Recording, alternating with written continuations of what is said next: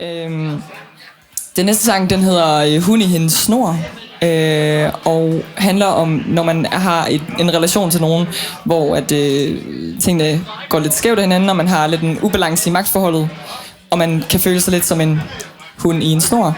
Så det har jeg prøvet at skrive en sang over den analogi. Ja, den kommer her.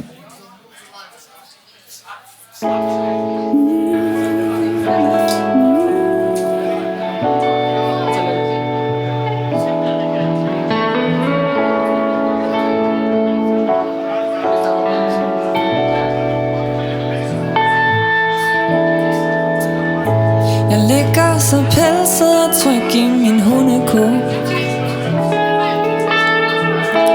Hår der fløj en spurte lige forbi. Det er rart at ligge her bekymringsfri.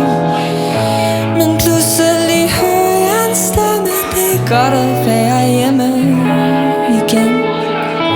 Og så bliver jeg nusset på hovedet. Skal du ikke lide mig ud?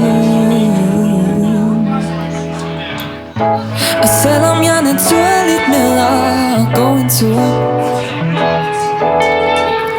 så ved jeg, går jeg op af min kurs, så skal jeg gå med egen gennem mudder og regn. Og efter har jeg altid sjælskab af benene. Og jeg skal ikke regne med, at hun vasker mig ren igen.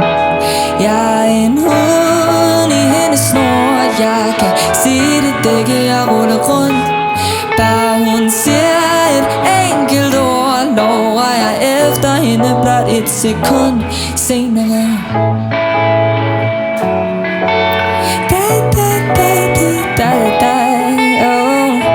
Hun holder mig i snor og halsbånd, mens jeg lover efter hende nænsomt. For tit har hun en god bid i hånden, bare for at se mig slikke mig om munden. Jeg sitter, når hun siger det, for jeg tør ikke at gøre andet. Det er ikke fordi, at jeg er tæmmet, men ellers bliver hun fornærmet. Jeg er en hund i hendes snor, og jeg kan se det dække, jeg ruller rundt. Bare hun siger et enkelt ord, lover jeg efter hende blot et sekund. Jeg er en hund i hendes snor, jeg kan se det dække, jeg ruller rundt. Bare hun siger et enkelt ord, lover jeg efter hende blot et sekund senere. Så jeg bliver liggende i min kurv, indtil hun kalder. Og selvom jeg burde blive væk, så ved jeg, hvordan det ender. Jeg kunne jo bare lytte til den forbipasserende stemme. Men det ejerskab hun har på mig har varet så længe, at selv hvis jeg turde løbe væk, vil jeg ikke kunne få mig selv til det. For hendes cigaretter degraderende klapper tomme blikke